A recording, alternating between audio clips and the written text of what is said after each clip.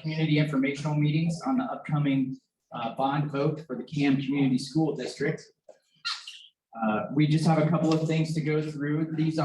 This presentation is similar to the first two that we did. We've added some things as questions have continued to come in to try and make sure that we're giving as much information as the community is wanting to help them make an informed decision here in a week here on November 2nd. A couple of things we want to do tonight, just a quick bit of introductions of the team and the people that are here, a review of our process and why we're here, and then we've got quite a few what we call frequently asked questions, things that have continually been asked, things that people have asked for more information on. So we're going to try and get all of that out. So if you give us a chance to kind of go through this presentation, then we'll open it up to questions. We've got a mobile mic around here. We do ask that if you have a question that you speak into the microphone. The meeting is being recorded on Zoom, and we've got a number of people participating that way. The mic then just helps them keep up with the conversation as we move forward. The team, just a little bit quickly about ourselves. My name is Derek O'Neill. I'm with the architecture firm of Valley Pointer Maquetto. I do have Daniel Conway here tonight with me, also with Alley Pointer. We have Emily Bannock with Boyd Jones, your construction manager.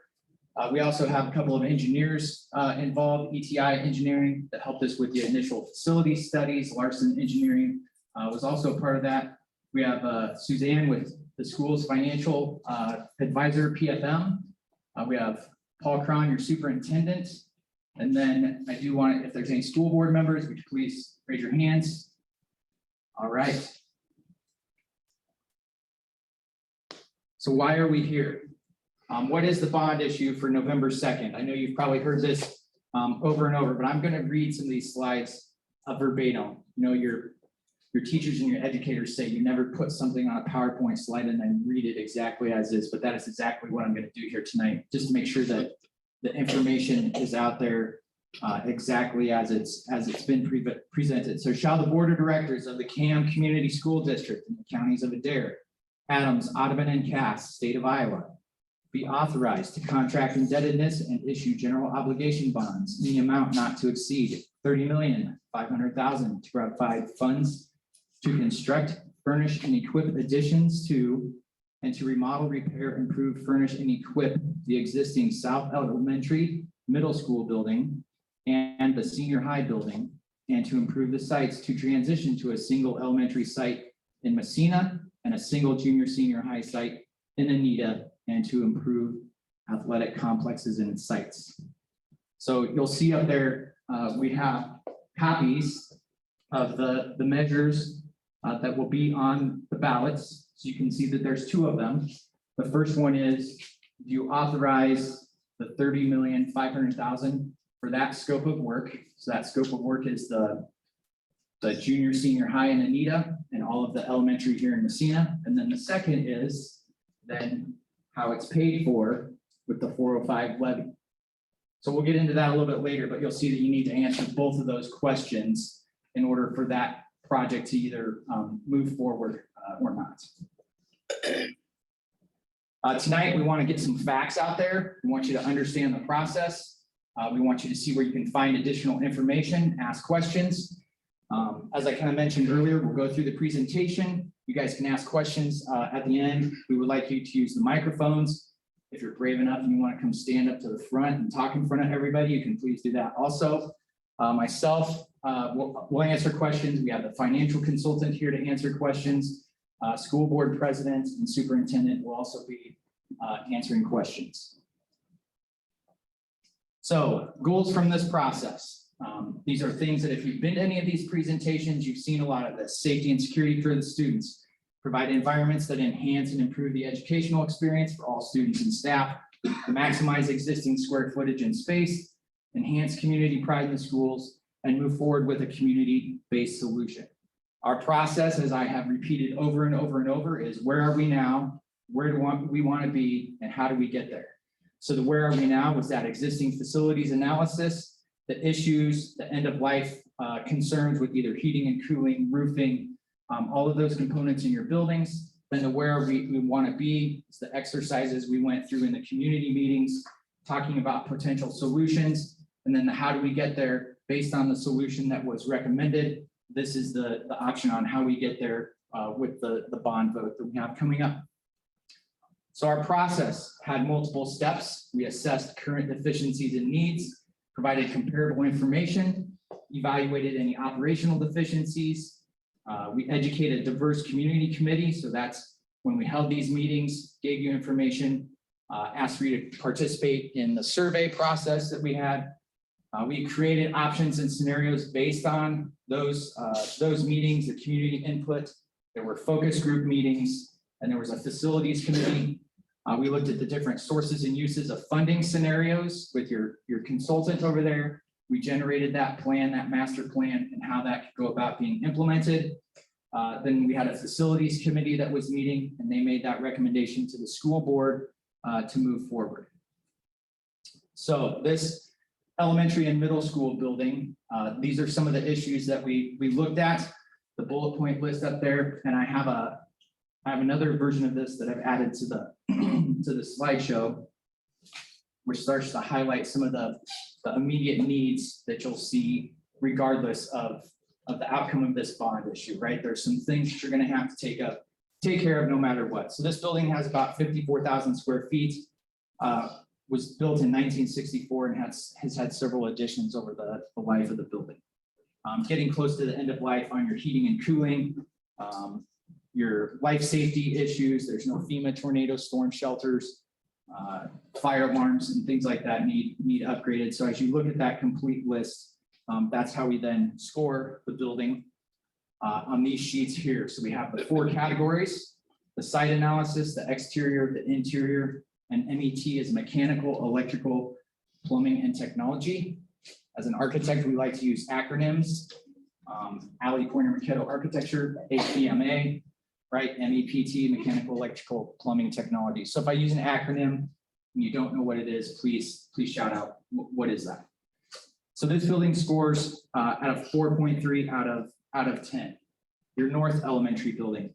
Again, your oldest building built in 1957, 32,000 square feet, roofing issues, end of life heating and cooling, life safety pieces with fire alarms, no fire sprinklers, no FEMA tornado shelter. All of your buildings have a similar piece where the entries aren't as secure as they could be. Those are things that we would recommend you correct moving forward. Energy code, not meeting current energy code. Your egress lighting doesn't meet life safety. Just a number of things that you come across that list. So this building then, out of the 4 categories, scores a 3.8 on a chart of 10.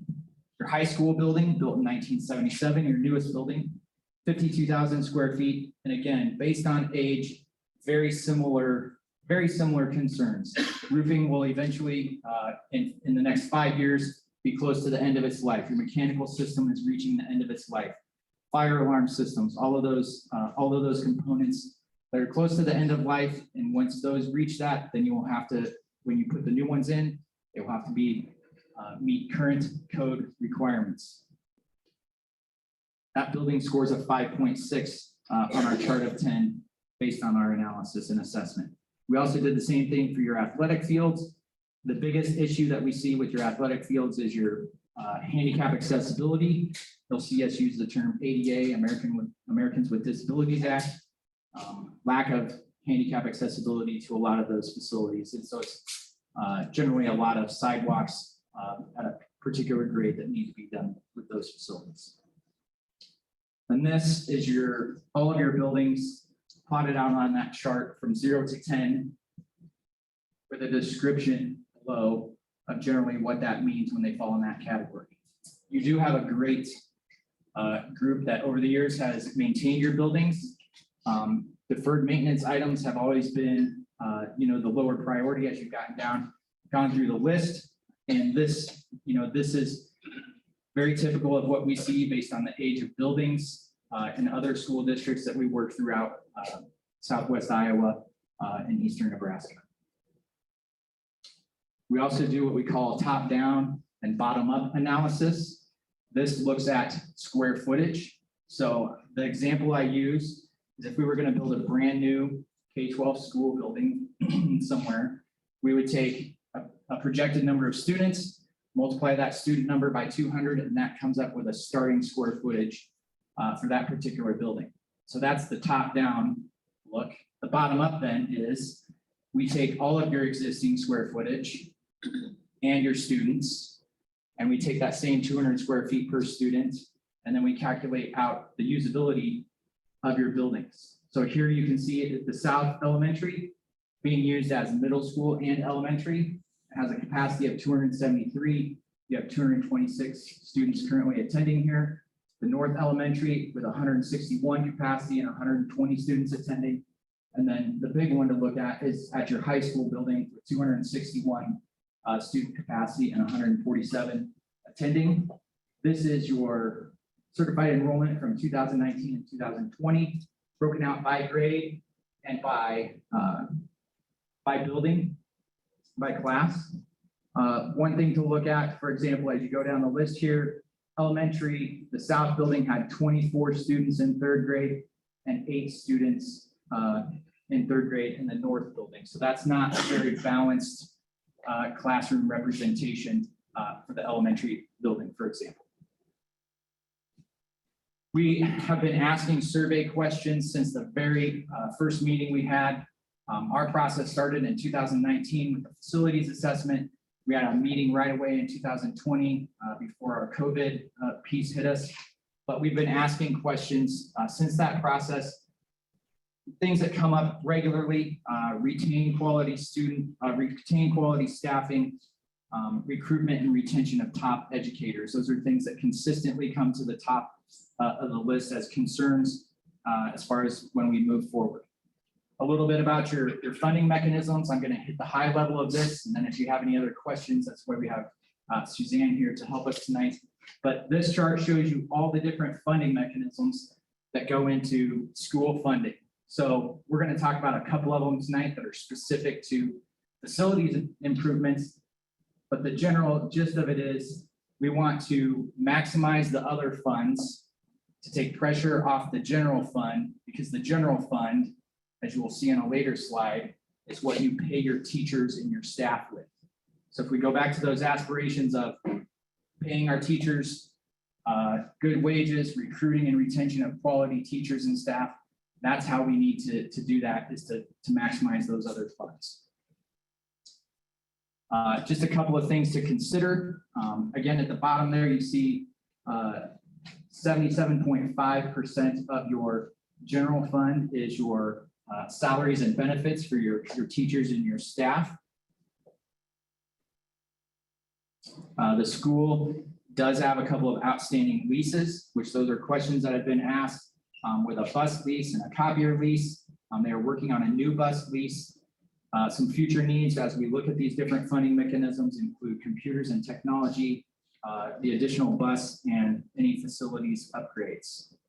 One of the big funding mechanisms we talked about is SAVE, or the penny sales tax.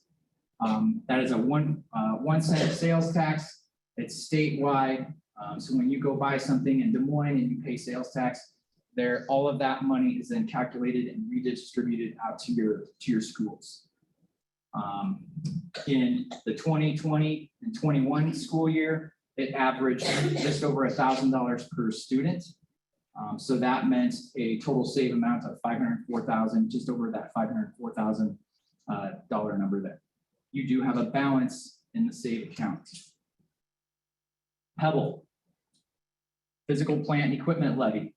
There's a couple of versions of that. You have the board approved, and then you have the one that's been voted on here. So again, this is a $1.34 levy, and it has a balance there, as you can see, of $1,886,000, just over that.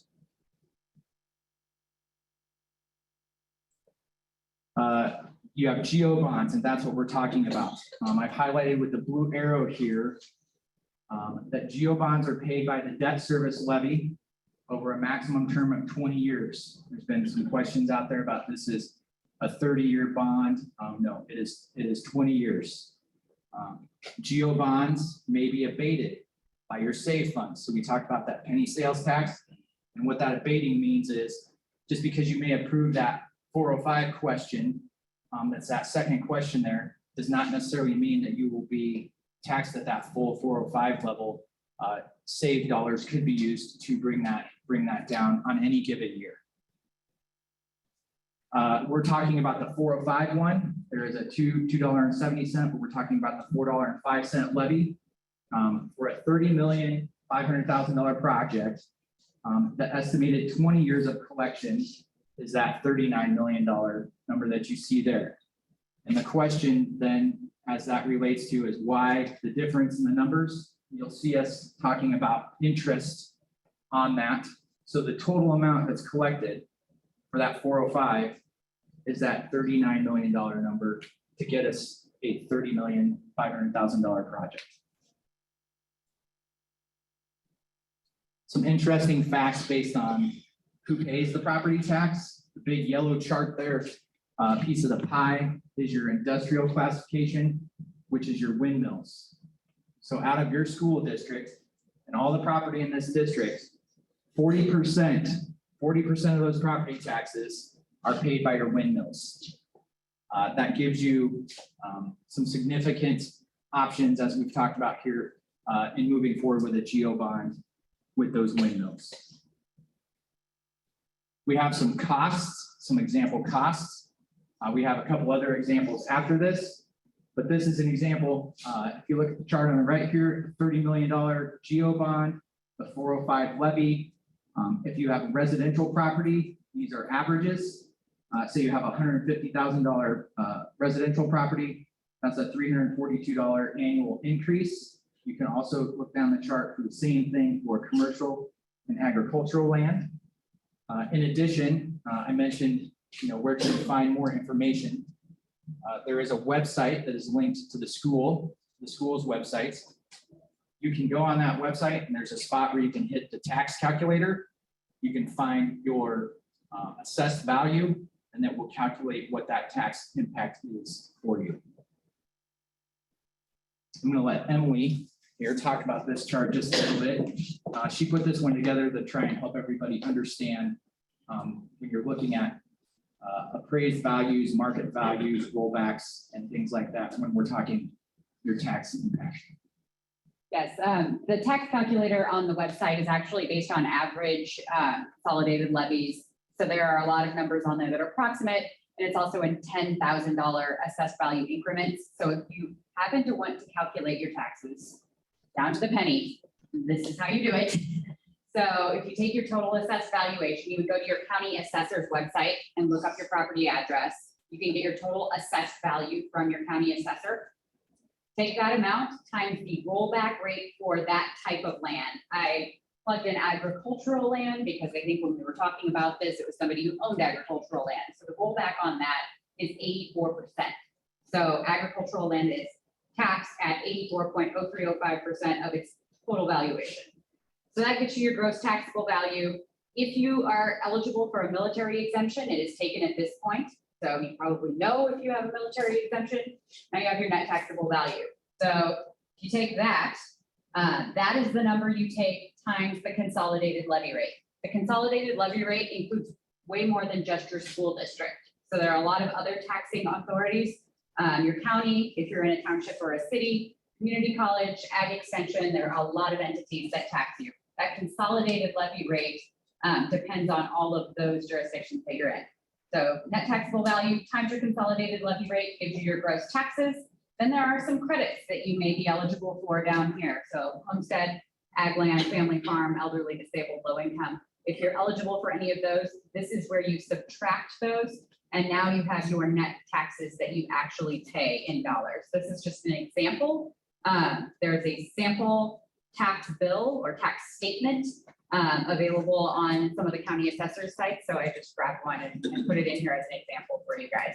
If you have questions about that, I'm sure Suzanne would be much better at explaining it than I am, but just wanted to provide everybody that information. What's that? Just out of curiosity, on the acres, is that on?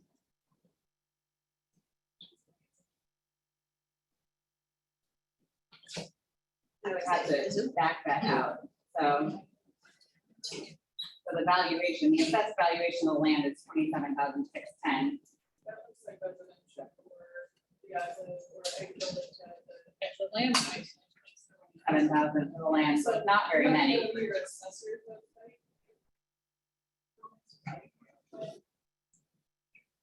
Yeah, it does not have the amount of acres in there. I'll try to pull that back up. I don't remember where I got it from.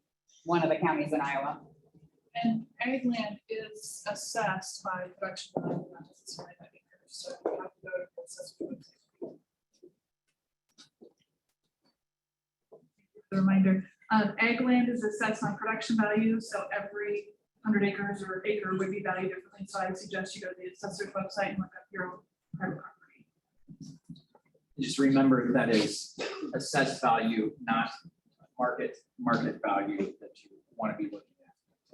This chart shows you the past 10 years of your tax rate history for your CAM school district. So from 2012 to 2021, you can see at 2012, you were in the $12 range. You've been down in the $9 range and right at the $10.50 number here today. This chart then starts to compare surrounding school districts. So in the green, at that 1050 number, you can see where CAM is. If you want to compare some examples, you can see Atlantic up here at 1422, Villisca and Corning, 1498 in Corning, 1423 in Villisca, just as a couple examples of schools around you that you may be aware of. I pulled these slides in. These are things that we have not seen recently or at the last community informational meeting, but these are from an April presentation that we did with PFM. And I wanted to just note a couple of things. Your voted Pebble levy. So that's the $1.34 that does have an expiration in June of 26. PFM estimates that the district could fund approximately $2.3 million worth of projects from that Pebble. And I'm bringing that up because there's a lot of questions on the $30 million, the Pebble money, what you've been spending the Pebble and the save dollars on. And then you'll see at the end of this why you're trying to maximize your other dollars to then free up that Pebble and that save down the road. The save then, for example, also gives you just over $5 million if you issued some save revenue bonds. Again, this is from our April presentation. Some closing thoughts on that. The district is choosing a proactive and a transparent process to facilities needs versus reacting to circumstances. This is the main reason that we did the community engagement meetings, and we got input from the community to move forward with this solution that we have right now. Protecting the general fund is the first priority. If your unspent authorized balance goes negative, there are no more choices. Your cuts must be made. Protecting that Pebble and that save capital fund is the second priority. So keeping your facilities in good working order and meeting the changing technology and transportation needs of the district requires that Pebble and that save funding flexibility. And then using a Geo Bond at the 405 levy rate maximizes the district's budgetary flexibility to meet the needs now and in future.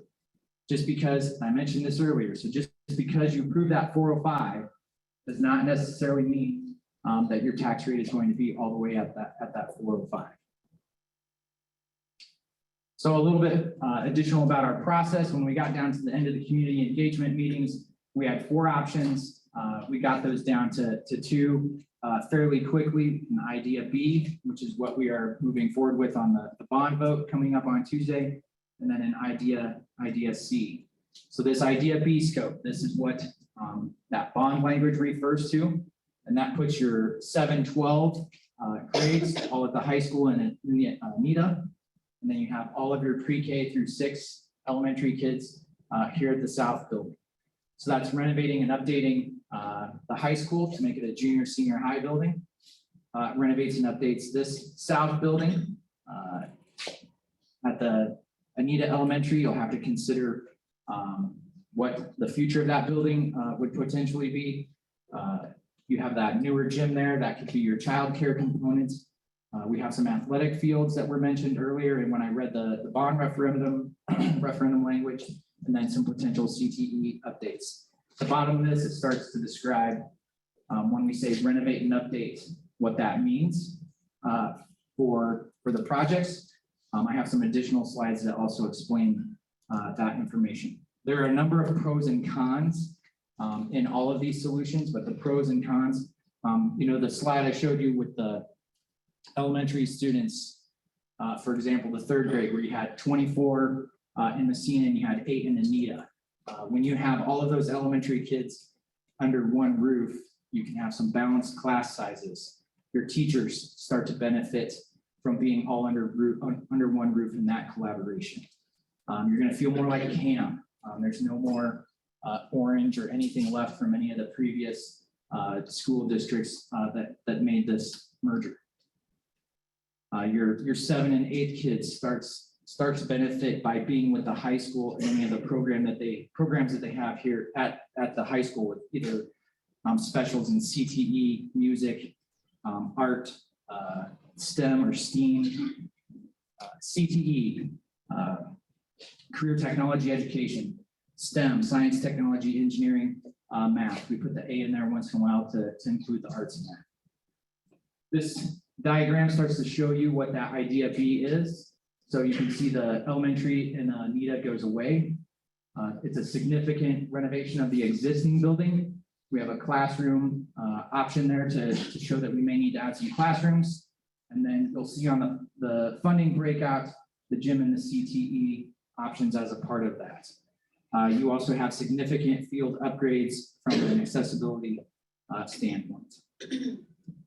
Here in Messina, the entire building gets a complete significant renovation to turn it all into a pre-K through 6 facility. When you see the CC on there, that's for childcare. The surveys indicated that there was concern about having a childcare space at both sites. So that's what we're looking at doing there. Again, I just want to say that and remind everyone that the school is not a childcare provider. They can't actually offer and run the daycare. That is something that they can give the space, and then another entity has to run that daycare. So that's why we talk about consideration for childcare. So the process then included discussion and survey at a facilities committee meeting on August 13th. That facilities committee then made a recommendation to the school board to proceed with idea B at their August 17th meeting, and the school board decided 4-1 to move forward with that idea B. Some frequently asked questions. Where can I find more information and see the community engagement process? So this has been one of the most open and accessible community engagements that we've ever ran. And we can really thank COVID for that, where we've had every meeting recorded and then later could be viewed up on a website. If you couldn't participate in person, you could participate via Zoom. If you couldn't participate in either one of those that particular night, you could watch the recording. And then we kept the surveys open for another 2 weeks after every one of these meetings to try and get as much input as we possibly could. This has been the most well-attended then community engagement process we've ever ran, with having close to 150 to 200 people participating in every one of those meetings. We work with school districts twice your size that have 30 to 50 people attending these meetings and making those decisions. So there is a website. That's a screenshot of the CAM schools website down here on the right. Click on that link that says facilities study. It takes you directly to this page. You can see the past presentations, information on the upcoming votes, all of that good stuff. What is the bond issue for November 2nd? Again, shall the board of directors of the CAM Community School District in the counties of Adair, Adams, Audubon, and Cass, state of Iowa, be authorized to contract indebtedness and issue general obligation bonds in the amount not to exceed $30,500,000 to provide funds to construct, furnish, and equip to additions and to remodel, repair, improve, furnish, and equip the existing South Elementary, Middle School building, and Senior High building to improve sites to transition to a single elementary site here in Messina and a single junior senior high site in Anita, and to improve athletic complexes and sites. I don't have a FAQ on it, but there was a question related to if everybody approves this bond, and then can the school board decide to do something different? The answer is no. They have to do exactly what is on that ballot language. So there is no chance that, you know, they would say, okay, we're going to spend all $30 million and put a school back in Cumberland, for example. Why is there a call for a bond issue election? A facilities evaluation conducted in the fall of 2019 revealed that major repairs and upgrades would be necessary at all of the schools, all of the district school building locations over the next 10 to 15 years. This information led the school board to evaluate long-term improvements to both facilities and educational environments, optimal educational arrangements, maintenance, grade alignments, space planning, and reducing expenses to the general fund to provide the best education available to the students of CAM. We had a series of 5 community engagement meetings, focus groups, and facility community meetings that were held. After evaluating all of that input, participation in the survey results, the facilities committee recommended to the school board to proceed with Idea B that created this pre-K 6 in Messina and the 712 in Anita. What is the plan for the elementary building in Anita if this passes? The CAM school board intends to explore all options for the existing Anita Elementary building once it is no longer being used as an academic attendance center. If a compatible use cannot be found, the current plans reflect selective demolition of the older building while keeping and repurposing the attached gym. What additions, remodels, renovations, and improvements will be done to the existing senior high building in Anita to make it a junior senior high? So I touched on that briefly, but I'm going to read through every one of these so you get an idea of all of the work that is going to go into this. All new finishes throughout. So flooring, paint, ceilings, those things that you can see. Installation and additions of fire sprinklers and a fire alarm. New heating, cooling, electrical, lighting, and telecommunications. Restroom and locker room renovations and upgrades, including ADA compliance. Again, ADA is your Americans with Disabilities Act. That's your handicap accessibility. New secure entrances. I've talked about this in some of the other community meetings where you walk into a building and then you have to go immediately into the office. If you are a visitor, you cannot walk into the building, into the common space, wander around to find the office. We want to keep all visitors kind of checked in at the office before they have access to the rest of the building. Let's see. Renovated office and administration spaces, expanded kitchen, cafeteria, common spaces, ADA access, improved circulation, and life safety egress throughout. New and renovated classrooms, labs, teaching and collaboration spaces, renovated and reconfigured classroom spaces, FACS, so that's family and consumer sciences, home ec, if you're really old, you probably took a home ec class, fine and perform. I took home ec. Okay, I took home ec, really old. Okay, just clarifying. Fine and performing arts, digital media, and then your STEAM labs, so science, technology, engineering, arts, and math. Site improvements, including parking, transportation, and site access. So as we start to look at the handicap accessibility of your different fields, there is some significant parking improvements that need to be made also. And then we have the options for the new gym and activity space, the athletic field improvements, and then the new and renovated CTE. And you'll see when we show you the budget, kind of why we're talking about those as options. So then again, this is the plan that we presented for that. What additions, remodels, renovations, and improvements will be done to this existing elementary and middle school building here in Messina to make this a 2-section elementary?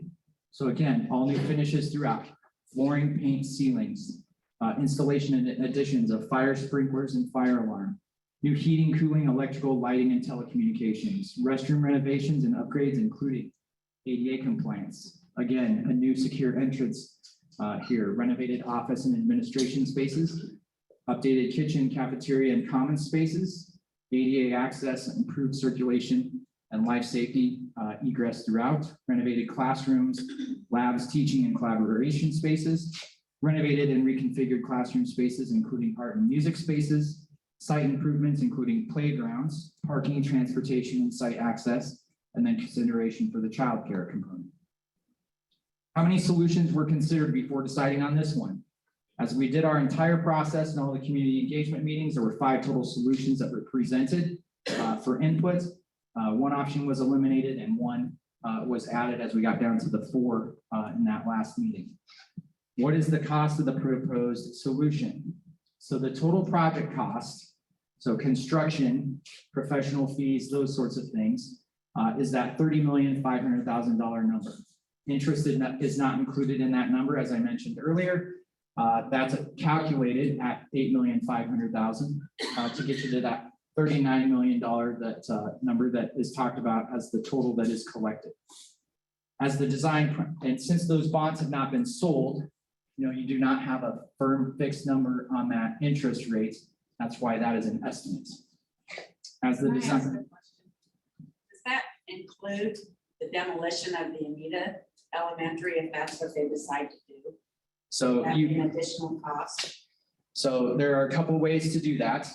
Bond dollars cannot be spent on the demolition of school facilities.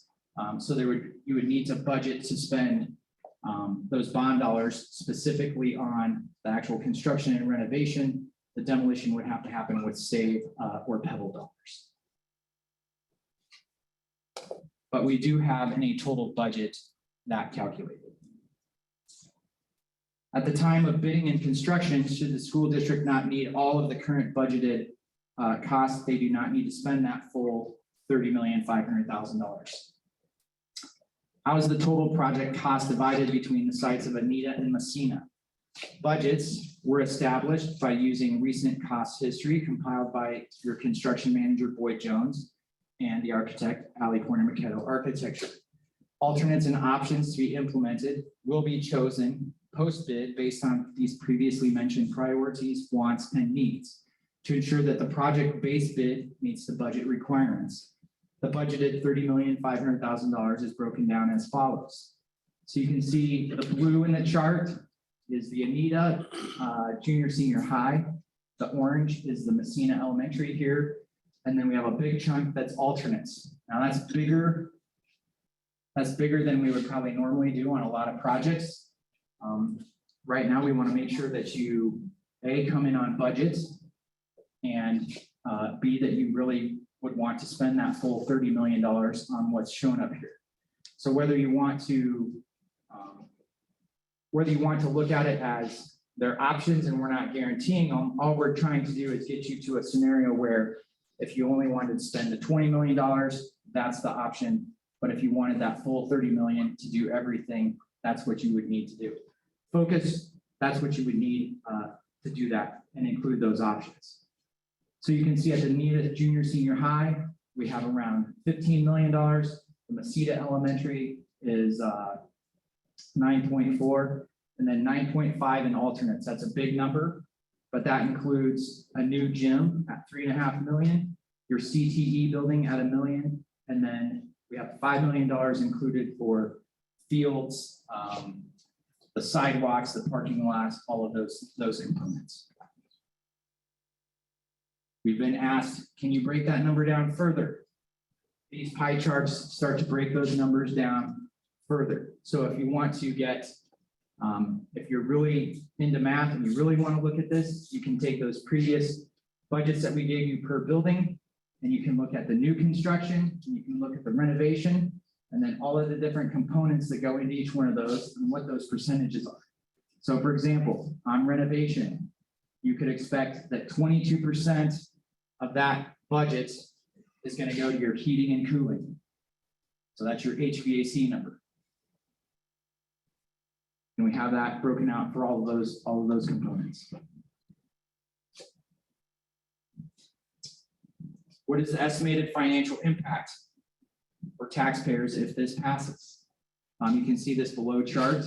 Again, this was presented earlier, where you can look at averages. So if you want a quick view, You can look at, say, your house or your commercial property or your agricultural land based on 1 acre, 100 acres, 500 acres on down, and get an idea of where you might be at that. We did do an example, a residential home in Anita. So we found this one that was for sale on Zillow for $145,000. We then went to Beacon and we looked it up so we could get the actual property information and get to where we could see where the assessed values were. So you can get down here and you can see that, I can't read this, it's a little fuzzy, but the total assessed value, I think, says $118,000 in that. So that's making sure you're looking at assessed value versus they're selling that for $145,000. I mentioned that there was a tax calculator then on the website link. So you can go to that website. You can drill down into here. See, this one's the residential calculator. You slide that bar over. We picked 120. It goes in $10,000 increments. So for that $118,000 assessed house, then you can see that the yearly impact, the monthly impact, or the daily impact on that chart right there. We also have those calculators for commercial and agricultural property on that website. What's the difference between a bond and a levy? Bonds are loans for government organizations, like a capital loan for a business or a mortgage for a homeowner. The bondholder or investor loans the school district funds at a competitive interest rate, and the district repays the bond with annual interest payments over a period of 10 to 20 years. We're talking about a 20-year bond here. State law requires voter approval prior to the district selling any bonds, and school districts can only issue bonds for facilities construction and furnishing. Bond money cannot be used for operational expenses. So you can't bond to pay your teachers more, for example.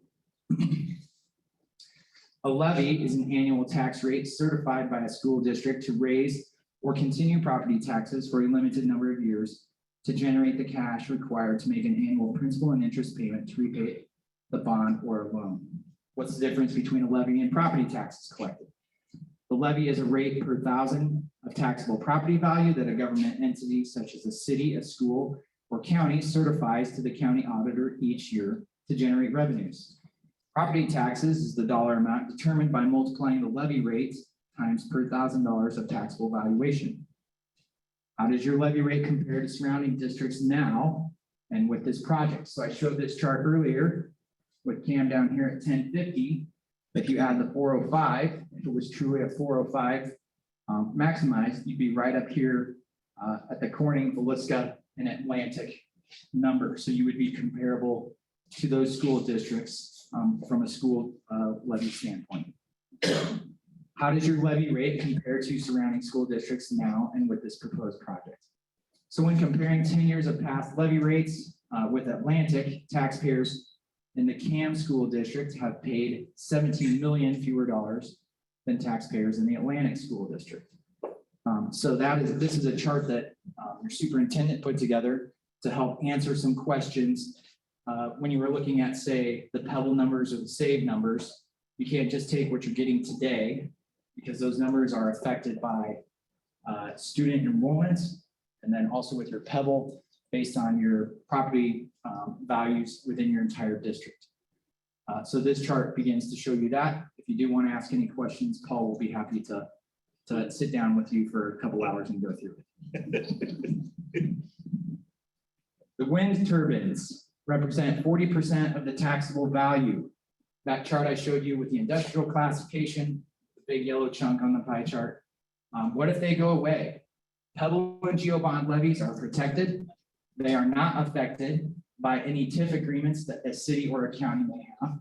So you are going to have that levy collection. And then remember that in addition to the school levy, cities, counties, ag extensions, assessors, community colleges, all of those entities use revenue generated from property taxes to operate.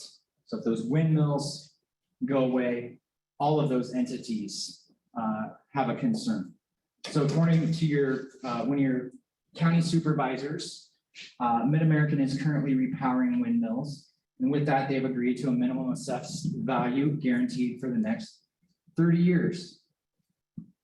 I've never worked in a school district with wind turbines and windmills, and I know a lot more about them than I ever thought I would ever need to. Regarding the wind turbines, how are the property values set? And over what time frame will property taxes be paid out by Mid-American? Per Iowa code, the wind energy property valuation is based on the net acquisition cost, the acquired cost of the project multiplied by the valuation percentage. Year one, it's at 0%. Years 2 through 6, it increases by 5%. And then with year 7 and beyond, it's at 30%. Those projects approved by the Iowa Utilities Board prior to July 1 also receive a 10% commercial enterprise rollback. The property taxes are paid over the operating life of the asset. Is it possible that Mid-American would halt payments before that? No. So regarding the wind turbines, we've participated in a lot of meetings with financial consultants, your superintendent, your school board president, board of supervisors, assessor, auditor, and there has also been emails directly to Mid-American Energy to help answer these questions in a factual way. How does repowering the turbines affect the values used to calculate taxes by Mid-American? When a wind turbine is repowered, the repowered equipment is assumed to have a 30-year useful life for a total useful life of approximately 40 years. Based on Mid-American's current interpretation, there is no change in value from the original wind installation. Property tax will continue on the original escalation over the new planned operating life of the turbines. There is out there an ad hoc committee of the Iowa State Association of Assessors that is currently reviewing the special valuation of wind energy equipment under Iowa law and whether the original net acquisition cost should be adjusted for repowering. Currently, it's that 30% number that you saw in the TIF calculation. So again, bond and your Geo Bond and your Pebble are protected levies. It doesn't really matter what a city or a county TIFs. That money still flows through to for those funding mechanisms. Yes. Could I ask you, I think, an important sentence when I get questions. The county or city TIF has no impact on our Geo Bond, right? Right, that's correct. It doesn't matter what they do with their TIF or how long that TIF goes. As a Geo Bond and your Pebble, your physical plant equipment levy, those are protected levies. So you're going to get that money. They could TIF 90% of that project as opposed, and instead of the 30% rollback that you see there. I mean, it doesn't really matter because you're going to get the money. And there's really been a lot of effort expended on that really doesn't matter to the school district in the big picture of things. So when I get questions from folks that ask about the TIF, I can explain to them that's misleading. The TIF has nothing to do with this bond that we're talking about. And the easiest way to talk about that is the tax rate, right? You pay a total tax rate, say it's $35. The TIF tax rate is not $35. It's $35 minus the city's debt service levy tax rate, minus the county's debt service levy tax rate, minus the school district's debt service levy tax rate, the school district's Pebble levy, and the school district's, those are the protected levies we're talking about. So they don't ever capture those levies in the TIF in the tax rate, right? So we're talking about levies, and so that means it stays, whoever levies those dollars stay with whoever levies. So when Garrick says they're protected, that's what you're saying. The tax rate is protected. The tax rate is protected. Yes. So for our Geo Bond, Yes. it's protected. Anybody brings up TIF, we can say, Debt service levy. you're changing the subject, it's not important for this. Yes, correct. Okay, and I'm Steve Byer, County Supervisor. If you didn't know who I am, I'm probably not the sharpest guy on all this, but I want you to know when I was in school, I was second in my class. Of course, I went to a one-room country school, there were two of us. But the ordinance that we have for the wind turbines on the county level is a 20-year ordinance, and the TIF period is over. The 0, 5%, 10%, everything wind turbine lies in the CAM school district now is at the 30% valuation. Okay, now the question comes up, what happens at the end of 20 years? Do the valuations go away? Well, no, they don't. There's a mechanism by which Mid-America will continue to report the value of those to the county assessor, the Department of Revenue, and the IRS. And I don't think that they're going to be inclined to want to pull any shenanigans on those entities. I'll come back to that a little bit later. The question came up at Cumberland, could it be possible that in repowering something, let's say some of those first 12, that they repower them to the point where they've replaced more than 80% the value. And the IRS will say, under the IRS rules, that constitutes a new structure, it goes back to zero. Well, those first 12 that went online in 2008 were, their cost of acquisition was a little over $4.5 million. The 155 that came online later were considerably cheaper than that. They were a little over $3.5 million each, even though they had more of the new updated things. It's one of those things where it actually got cheaper to acquire them. So, you know, the question is, you know, could they reach that 80%? Well, if a new one's $3.5 million and an old one was 4.5, no, they'd have to knock completely down and put a new one up. They're not going to do that. I don't think from a practical standpoint, as they maintain and repower, they're just extending that lifetime. I'm not going to ask for a show of hands, but I don't think anybody here signed a 20-year lease. I'm going to bet it was longer than that. That's what we're looking at.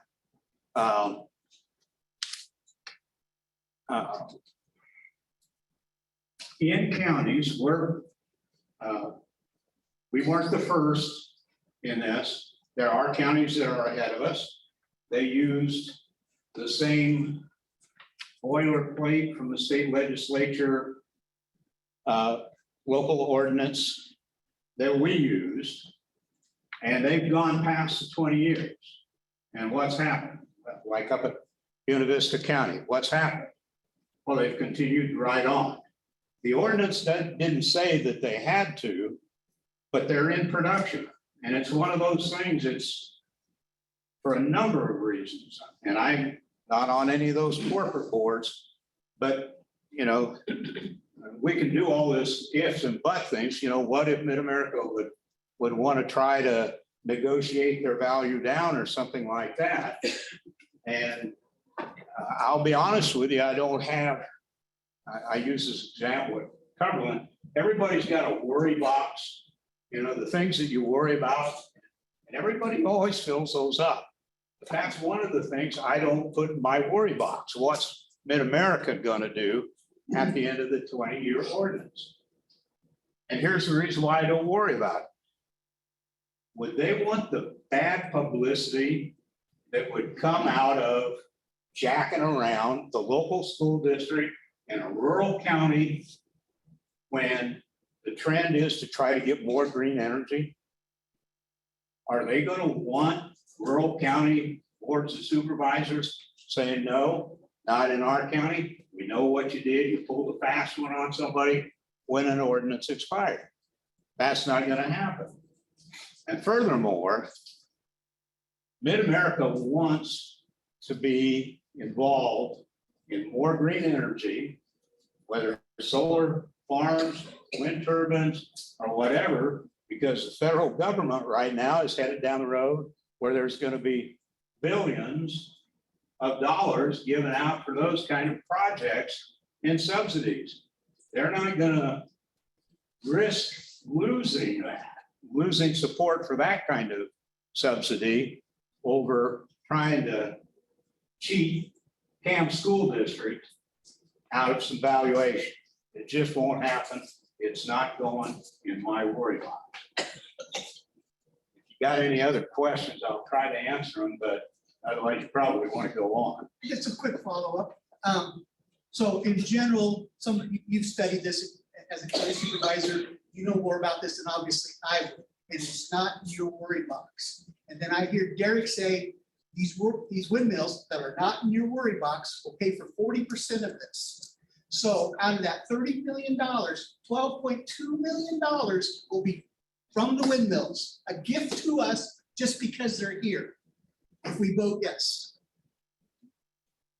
Well, yeah, that's the way to look at it. I didn't come over here to. No, I didn't say either. I'm also looking at Derek. Okay, I didn't come over I'm here to trying try to to put make the two anybody together. vote yes or no, but I want to clarify where we are with the wind turbines. And yeah, I was 11 years on the school board over in Griswold, and I know you're not supposed to covet what's your neighbors, but I sure would have liked to have had some of those over in the Griswold School District to help us. So if we don't pass this, we'd be not acquiring that 12.2 million from these windmills and just tell them to keep it. Is one way to look at it, not asking you, sir, Yeah. not asking you. And I will throw one other thing out there, and this is food for thought on improving schools, and you already know where I went to school, and they're all bulldozed down. But when I was on the school board in Griswold, we had a bond issue, and it was much more emotional than this because we were closing schools in 2 communities. And now here we are down the road 5 years, and no one comes up and says, oh, that was a terrible decision to build that new elementary school and realize the savings and benefits from having both sections of each elementary grade in the same location, simplifying our bus routes, having one cafeteria, all those types of things that led to savings for the taxpayer every year down the road. I'll shut up. Thank you. I don't know that we need to say anything. Everybody knows that Mid-American Energy is owned by Berkshire Hathaway Holdings. Berkshire Hathaway Holdings is Warren Buffett. Yeah, he doesn't want the bad press either. And they're still building. What are the estimated savings and benefits from this proposed solution? So estimated additional cost savings by combining the elementary students in Messina, teacher salary and transportation costs. So transportation savings would be neutral. They've gone down to 4 routes this coming school year. And that has a lot to do with the bus drivers. So they don't anticipate changing any of the routes in the near future. When it comes to staff, they would be looking at an administrator, a secretary, custodian, 1.5 teachers, 2 cooks for a total of $311,000 annually. We also took a look at the electric utilities, just the electric utilities. And if all you did was update your aging heating and cooling, this doesn't include any other energy efficiency, windows, insulation in your roof, anything like that, you're going to save 20 to 30% on your heating and cooling, or $34,000 annually. What are the estimated savings and benefits of the proposed solution? Again, I mentioned some of those earlier with the operational savings that positively affect the general fund, recruitment and retention of quality teachers and staff. Elementary teachers, your paras, your staff and students all benefit from being all together under the same site.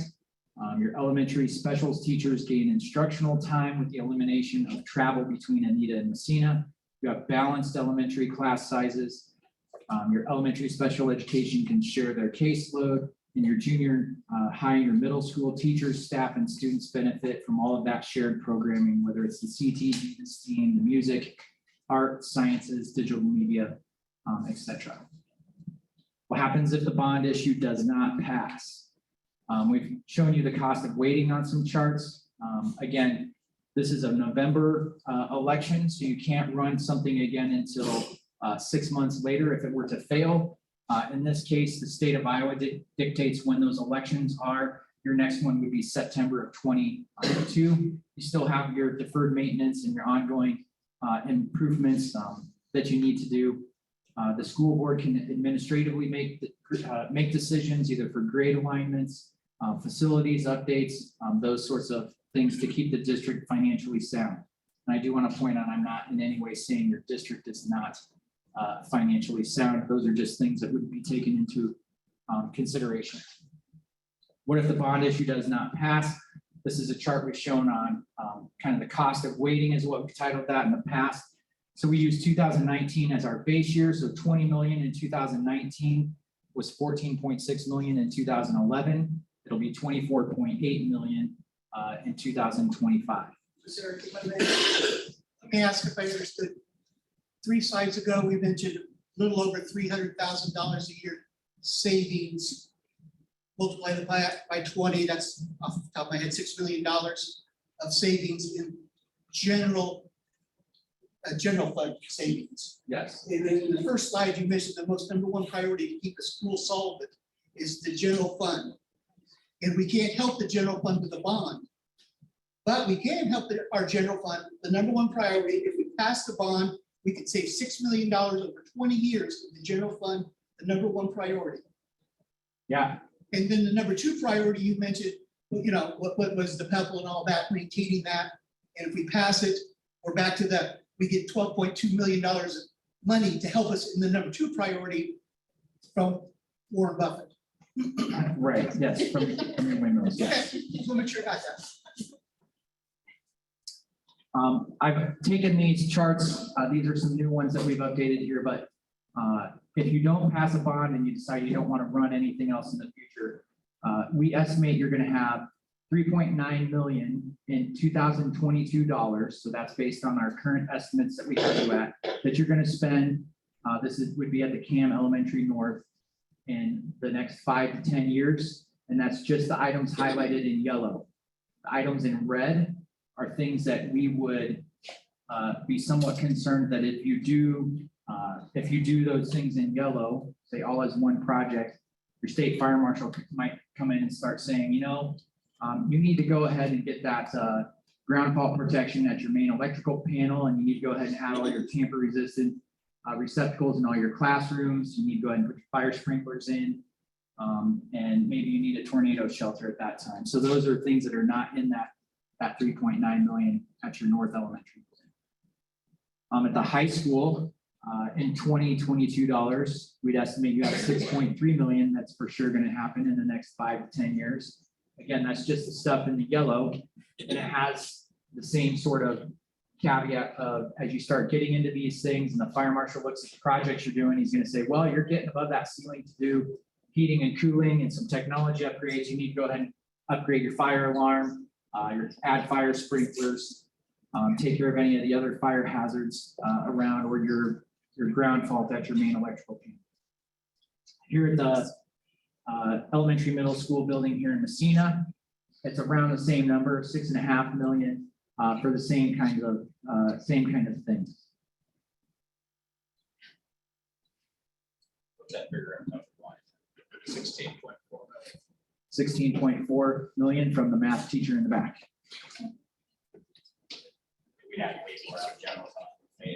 Yeah, that would be, so you know, I put those slides back in from our April meeting that showed you had 5.8 or 9 million in save and another 2 point something in your Pebble dollars. That would be the money you'd have to pay for those improvements if you don't pass a Geo Bond. What happens if the CAM school district, if you don't have a CAM school district in the future?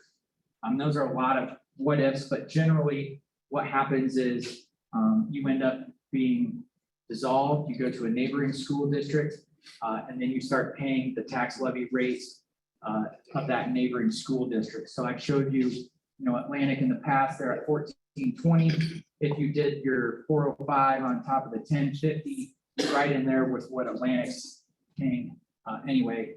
Again, I'm not saying you're in any danger of not being a school district. There's a lot of things that have to happen. A lot of incredibly smart people here that are not going to let that happen.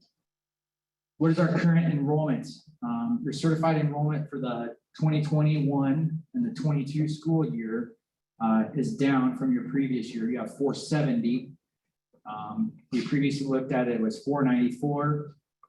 In that previous chart, it showed that you were up by 60 students over a 10-year period from 430 to 494. Now you're back down to 470. So you have had a little bit of a decline over the past year. What about enrollment projections for 5 or 10 years?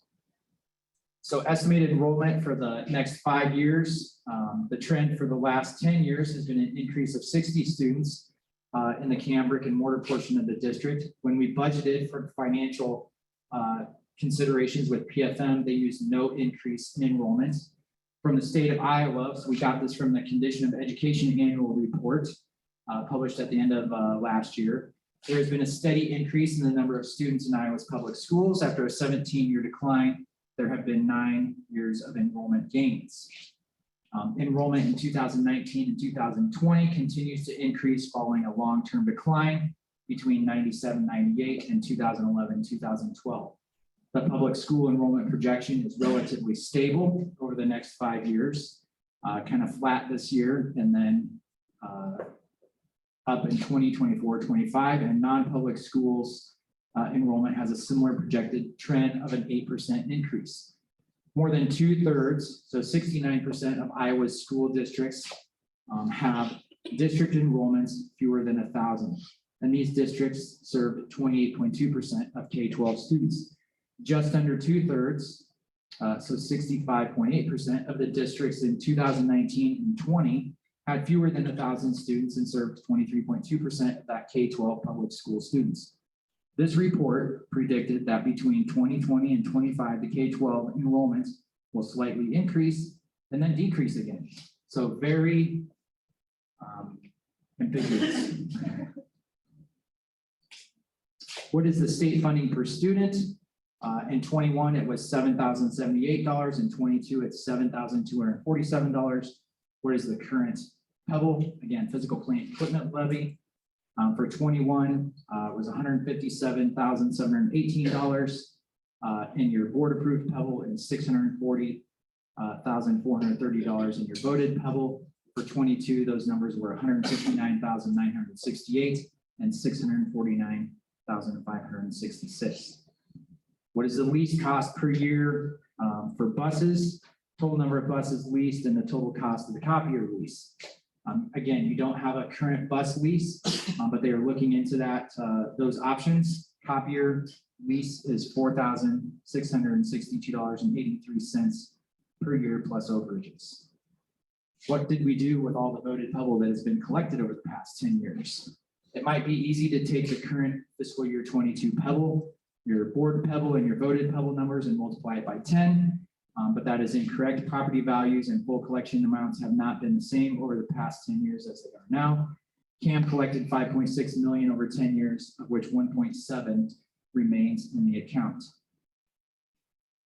How many people participated in the community engagement meetings? On average, 150 to 180 people from all corners of the district attended in person or via Zoom for the community meetings. A number of different surveys were conducted.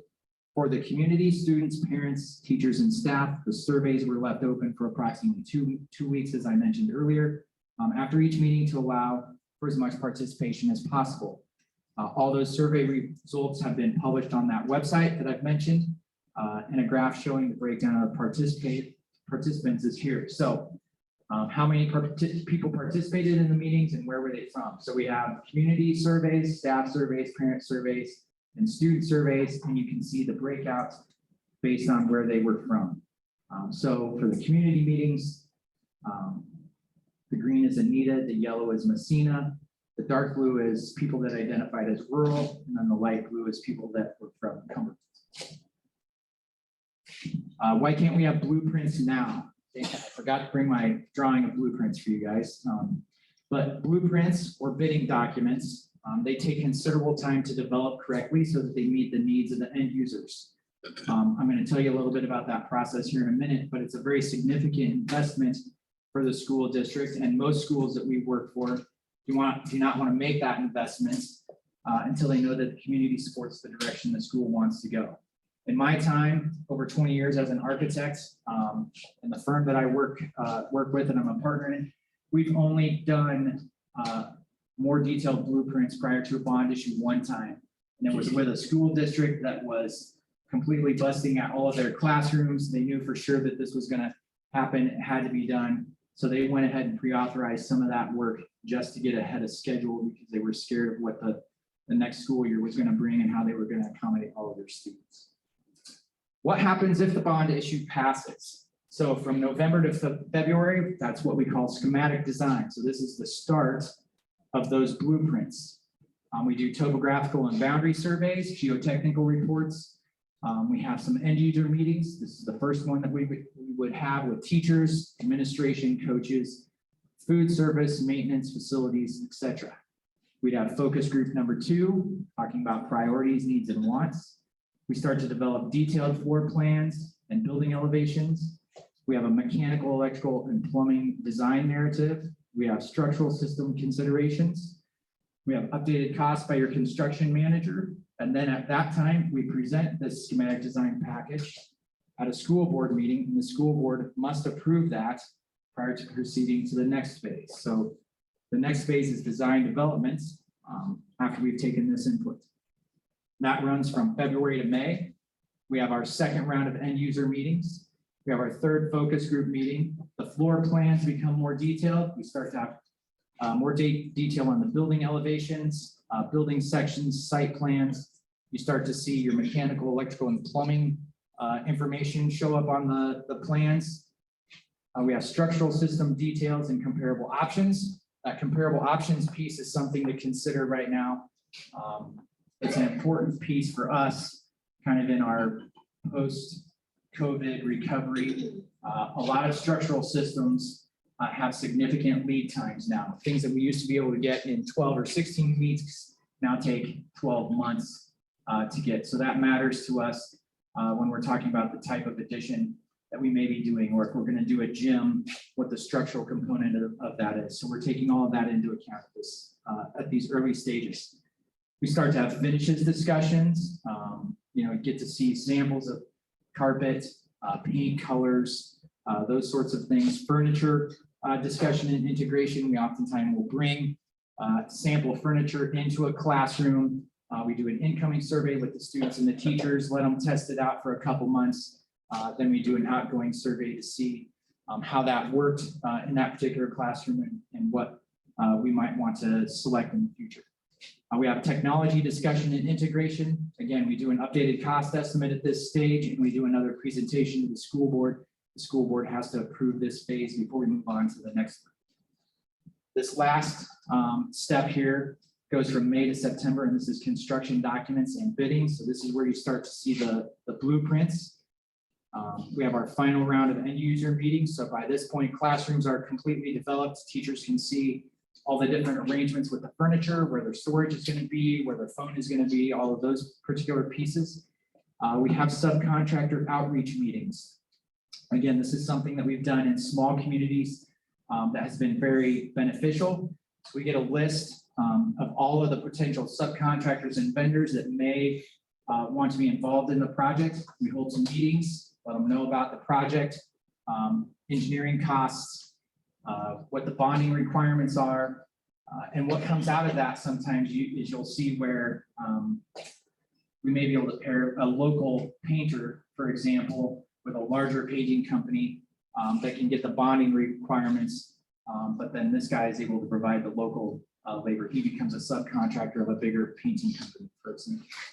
Your finishes are finalized, all of your detail for your mechanical, electrical, plumbing, technology, structural, and civil engineering is in there. We have the furniture plan, but we usually don't bid that until later on after we're closer to the end of construction. Again, with the technology that is also planned, but we don't have that finalized as far as bids go until closer to the end of construction.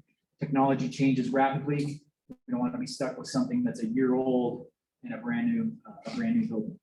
We get some updated cost estimates from your construction manager, Boyd Jones. And again, this is presented at the school board for approval before moving forward. Does everybody understand that process? You're not approving a blank check. There's a lot of work that goes into getting this done and a lot of approvals and a lot of meetings that have to happen. How is the facilities committee put together? The facilities committee was created by 2 board members and the superintendent, Chuck Kinsey, Nick Kaufman, and Al Tron, for the CAM board to approve.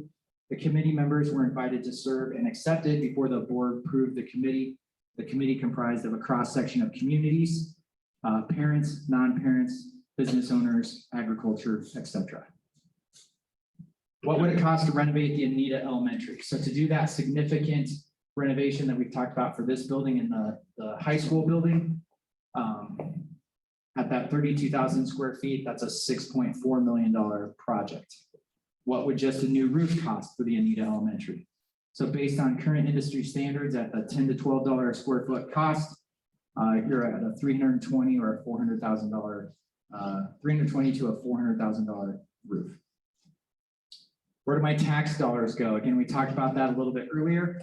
This is a chart that you can find a link off of the Cass County Treasurer's Office website. It goes to iowatreasurers.org, and it shows if you're a rural taxpayer or an urban, so if you live in a city, where all that goes. So again, we talked about the school, the county, your ag extension, your community college, your assessor, and your cities. So there's a lot of those different entities. Unfortunately, schools get blamed often for your taxes going up.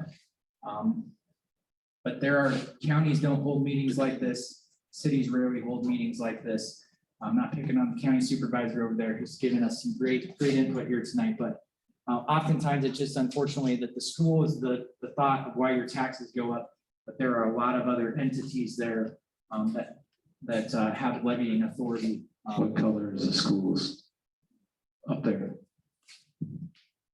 Schools is the purple. County.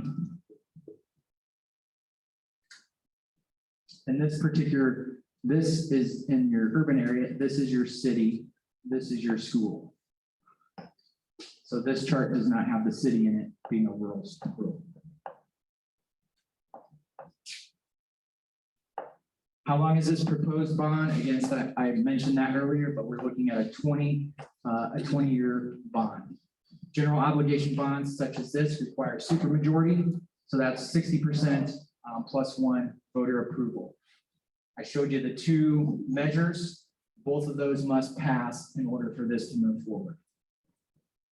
Does the $30.5 million bond include interest? So again, I covered that earlier.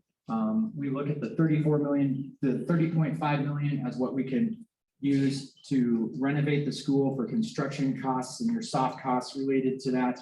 The interest is paid on top of that. So if you want to look at lifespan of everything, you're at $39 million.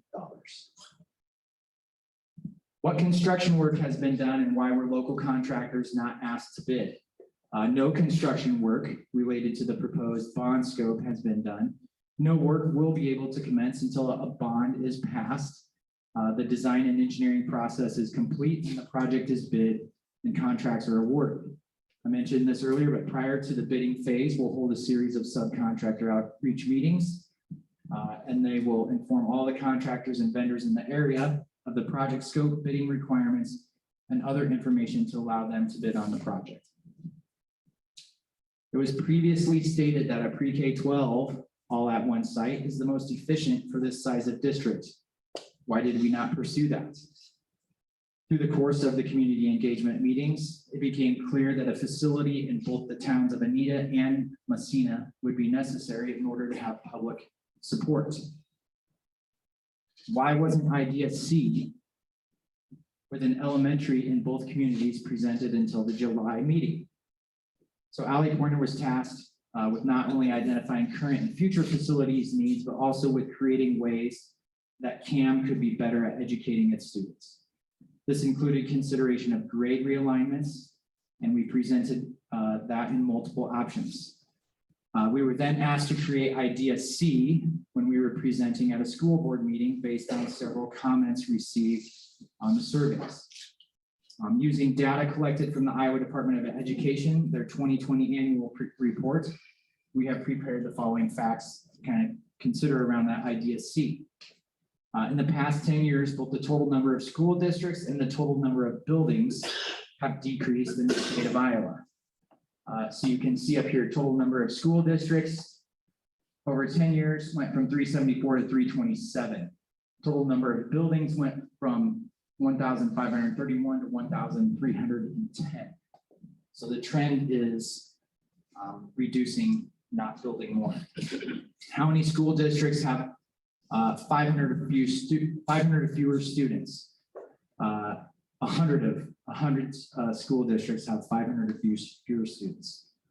How many buildings are in those 100 school districts? 137 buildings. Over the last 10 years, how many of those 100 school districts gained students? So 30 of those districts gained students. CAM was one of them, as I presented earlier. 70 of those had a declining enrollment. How many of those school districts with 500 or fewer students had elementary buildings in separate communities, like you do currently? 3, CAM, Galvin-Holstein, and Kingsley-Pearson. How common is it then that there would be separate elementary buildings offering the same program in different towns for those schools of 500 or less? That is not common. CAM is the only one currently doing that. So I previously mentioned that there were 3 communities that had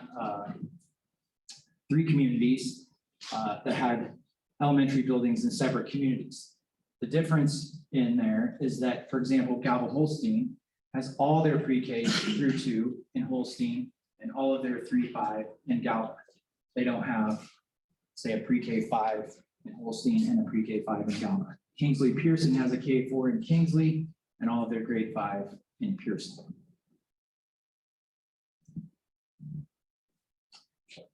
Don't we have more pressing needs, such as hiring additional teachers? Iowa state law states that save money, voted Pebble, and property tax levy funds can only be used for capital expenditures, such as buildings and equipment, and cannot be used for employees. Using the designated funds in conjunction with the Geo Bond to create efficient buildings and operations ultimately leaves more money in the general fund budgets for teachers and educational programs. The general fund pays for day-to-day operations, employee salaries and benefits, textbooks, instructional supplies, utilities, bus transportations, etc. The physical plant equipment levy, or your Pebble funds, they fund building maintenance, large equipment purchases, including school buses. Darn it, you guys are getting lucky. You don't have to hear the rest of my presentation. Liability insurance, equipment breakdown insurance, early retirement, unemployment costs, those sorts of things. What are the 2 ballot questions?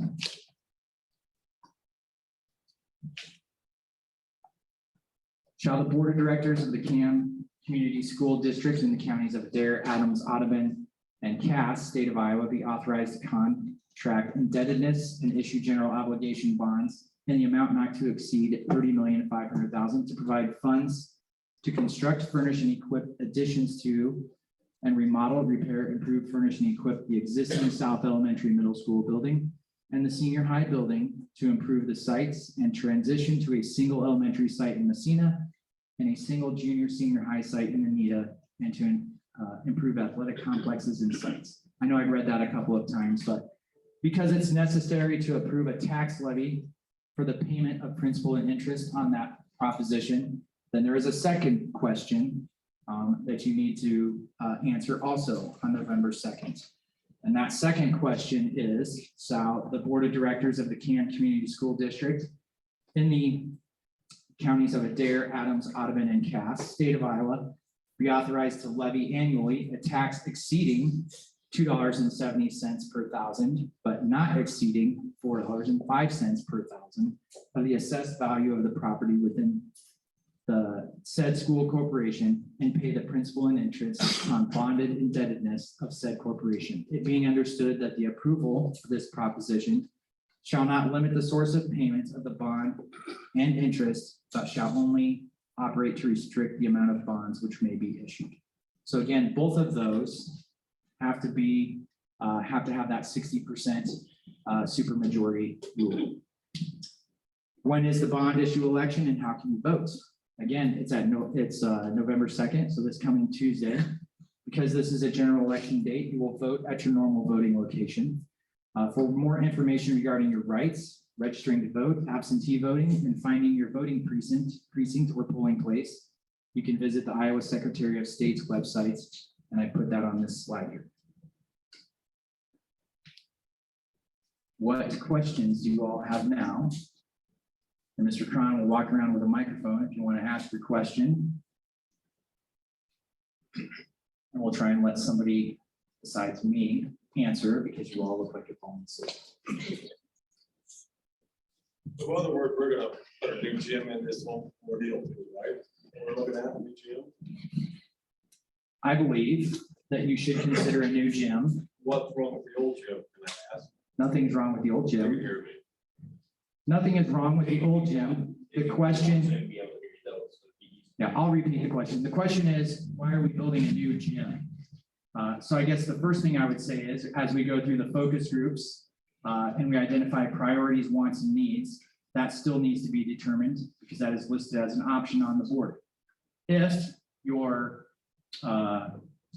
administration and your school board, your activities director, all those people feel that you can comfortably schedule one gym for a 7-12 site, then you may not need to build another gym.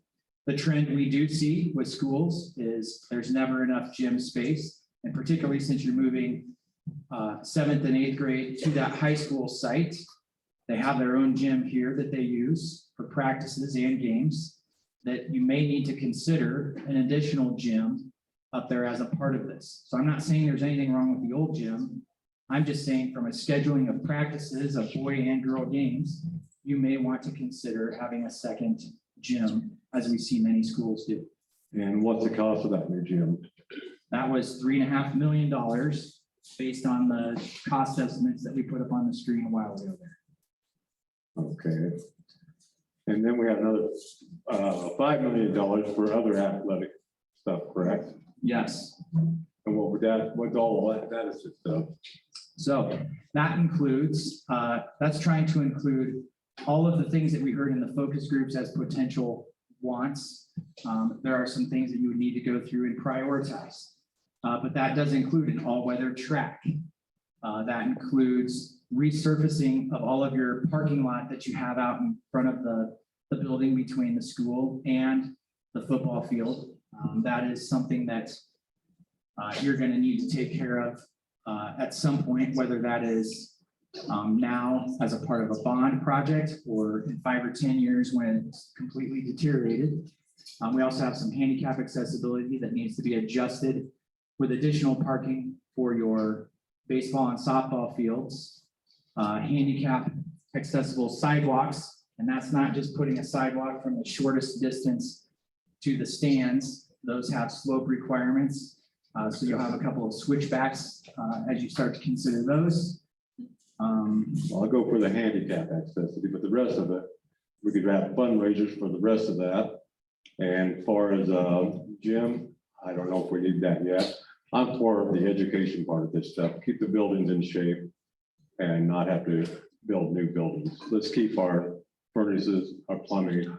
Let's get down to the basic part of this stuff and not elaborate on other stuff that we really don't need. Yeah, I think it sounds like you'd be a great person to join a focus group regarding those topics that if this does pass. Well, I'm particular about how we spend our money, I guess. I'm not a free person to spend our money on everything. I'm a hard taxpayer like a lot of these people here are too, you know what I'm saying? Sure. So Are you saying athletics are unimportant? I'm not saying I'm just that. wondering, No, I'm not saying that at all. kind of what I got out of that. No, I'm just saying we got good facilities, but $5 million and another $8 million is a lot. Athletics is important too, to a lot of people. Say I what? remember that. Athletics are important to a lot of people. But yes, it is. Don't forget that. But I'm just saying, education is very important. Yeah, I don't think anybody's. I'm not saying athletic is not important. I'm just saying we go to a lot of extreme. Why can't we not have fundraisers for some of our supports that some of the people want some of the athletic departments for? So We're going to try. Why did Atlantic do that? Say what? Atlantic did that partially. They could not do the whole thing. That's a town of 6,000. Exactly. We got to work as a community in there. And that way, you're not putting all the burden on the agricultural people that paying all the bills. You're going to let the people that rent the houses, own the houses, whatnot, they can pay more of their fair share. We should do it that way. I'll offer up that I get feedback from a lot of people. Feel That's right. When I get questions, I've gotten feedback from people that have a similar opinion, Dwayne. I've also received a lot of input from people who say they won't vote yes unless we could guarantee that there's going to be a new gym, and we can't guarantee that. So that's the reason it's an optional thing. So people seem to feel kind of equal on both sides of that. And that's the reason the decision to do those kind of things isn't going to be made by just passing the bond. It's going to be by the facilities committee. It's going to be with school board input, and those kind of discussions are going to take place.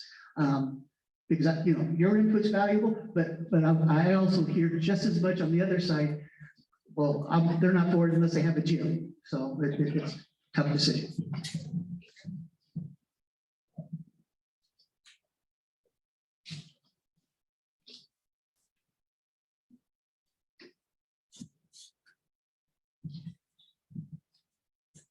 So one of the questions that came up just this last week, I know taxes are at the top of everyone's mind, but the question this week has been, I think a lot of people associate the vote with whether or not the North Elementary will close or not. And I've answered that, our school board and our administrators have to protect our general fund and have good teachers here to provide a good education. They can still vote to close the North Elementary, is that correct? Have I answered that correctly? I think Paul should answer that question. The board, one of the roles of the board would be to determine facility use and placement of students. So that would be a board decision at some point in time, if need be. That would not be the superintendent making that decision. He would make a recommendation if need be based on finances, but it's up to the board to make that decision.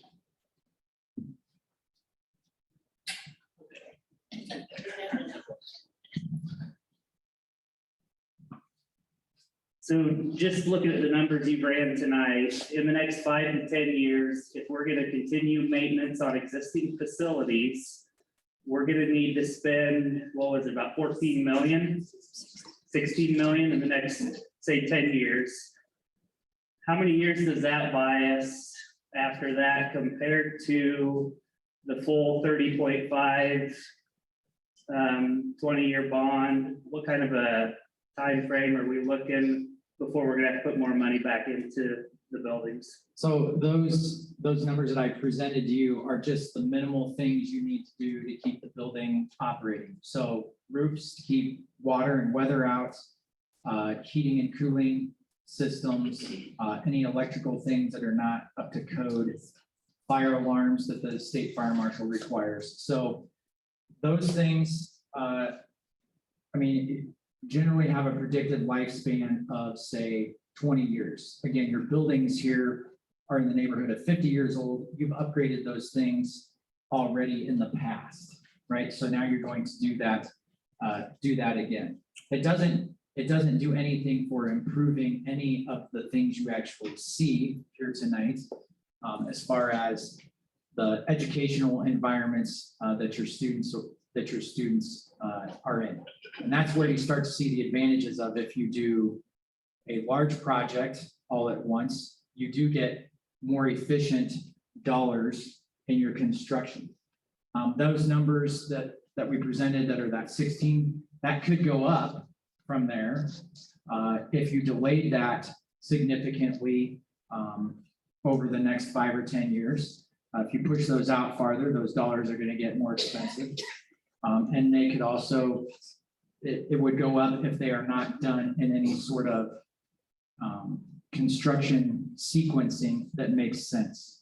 So if you spend money getting above your ceilings and replacing all of your heating and cooling and upgrading all of those pieces, and you don't do your fire alarm at that time, and then in 2 years after that, then you come in and do your fire alarm, where you're paying a contractor $50 an hour to then set the ladder or his lift back up and take out tiles that you just had taken out 2 years previously when you were upgrading your heating and cooling system.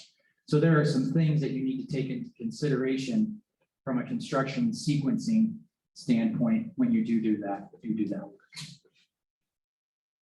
Can we raise that 16 million for maintenance just off of our regular PEPAL right now? Because it doesn't look like those numbers add up to that.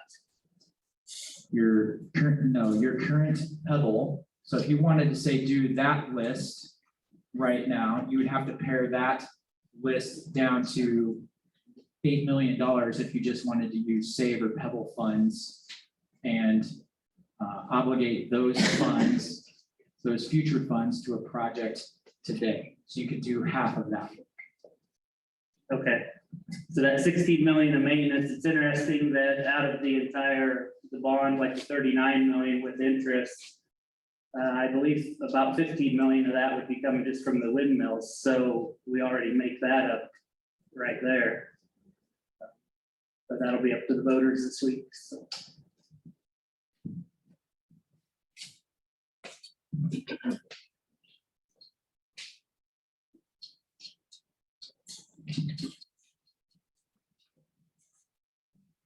I was hoping I saw more Anita parents here, and I know it's a lot of money, but I'm thinking about these parents and they don't want to put their kiddos on a bus to drive to Messina. I've got a story to tell you. I had almost a little over 5-year-old boy that we lived way north of Messina, and he could hardly make the first step on the bus, and he rode the bus around and around, and he got to Messina and he got off his bus and he took another bus to Cumberland. You know what? He survived. He's fine. And I'm more concerned with people worrying about that.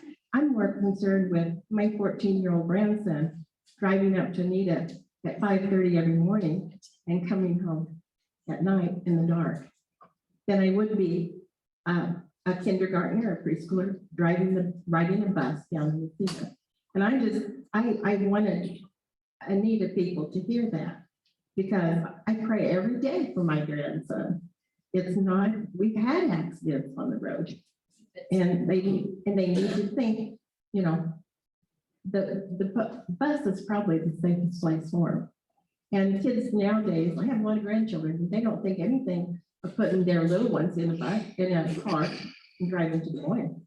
They're probably a lot more danger on I-80 than they are from Anita to Messina.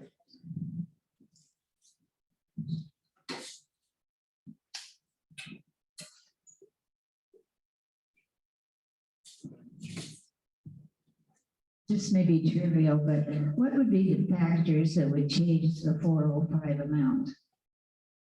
What would be the factors that would change the 405 amount? If we don't implement all of that $30 million project.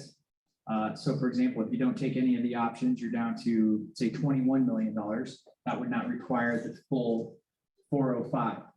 Other pieces that we mentioned, you know, as your SAVE and PEBL balances increase, those are things that can be used to buy down that full 405 on an annual basis. Most school boards do not want to commit to that in this process, that they are going to buy that down, and they want to leave that as a year-by-year decision, because they never really fully know what enrollment may do. They can predict things all that they want, but they want to keep that as a little bit of a safety and protect themselves as they move forward. You have every other levies, like the management levy, every year that you look at. And if the district will reduce that levy, which I know they will next year, because we considered early retirement and upped it this year to get the money for next year. In our current hiring environment of teachers, we wouldn't probably offer early retirement in the near future. So if that gets lowered 10 to 20 cents, that'll impact your overall levy rate as being lower than the total increase of a 405. I think Suzanne over here was also going to say if you have significant increases in property values, that also generates more taxes and would reduce that need to ask for the full 405. So she's run very conservative property value models moving forward, but if property values go up above that, then that affects the not needing to ask for the full amount, or you continue to ask for that full amount and you pay that off before the 20-year date. Do you have any examples that the interest rate is at 2.5% figured on here, which is pretty conservative, I believe.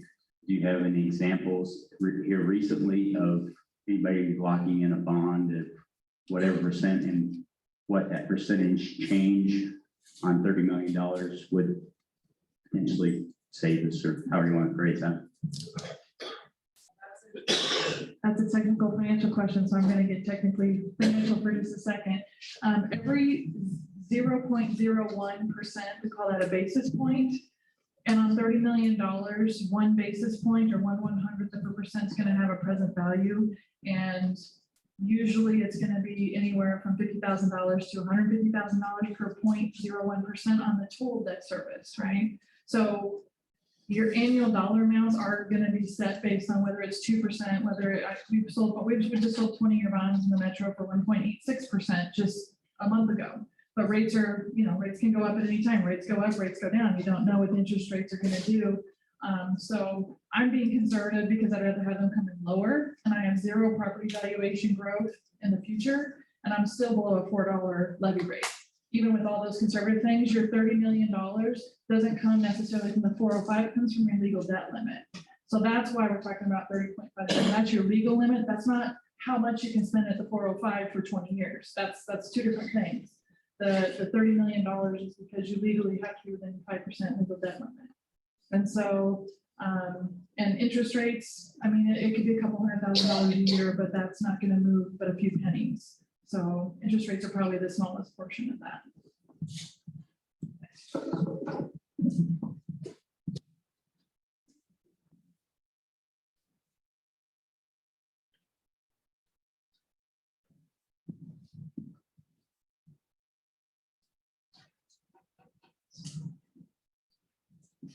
Is there a point in this 20-year bond that we can pay this off early without penalty if things happen to be going financially good for the school district?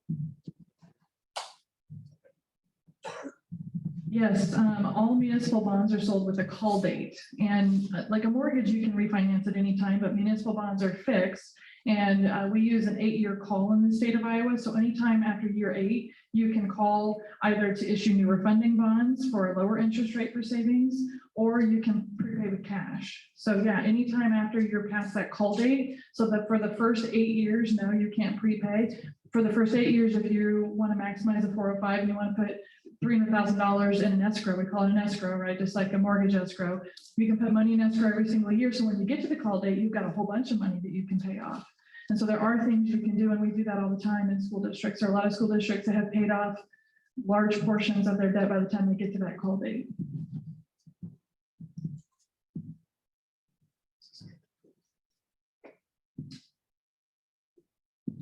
That brings me to another question. So when the bond is sold at whatever interest rate, and you can't refinance or do anything until the 8-year mark, if it's sold at 2%, can it ever go up in that 20 years? The answer is it's fixed. Once it's sold, I heard that. I cheat too.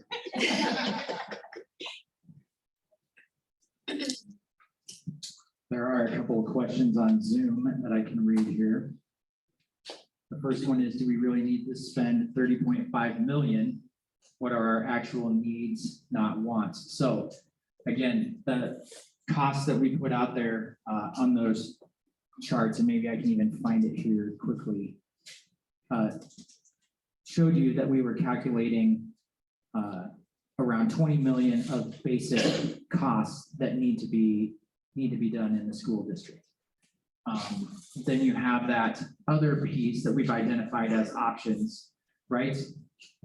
Whether it's the gym, the CTE building, the fields that we've got calculated and the numbers there, maybe that field number isn't 5 million, maybe that's paired way back. Again, those are conversations you have of all-weather track versus something else to practice on. Do you really need the gym? Is it a competition gym or is it a practice gym?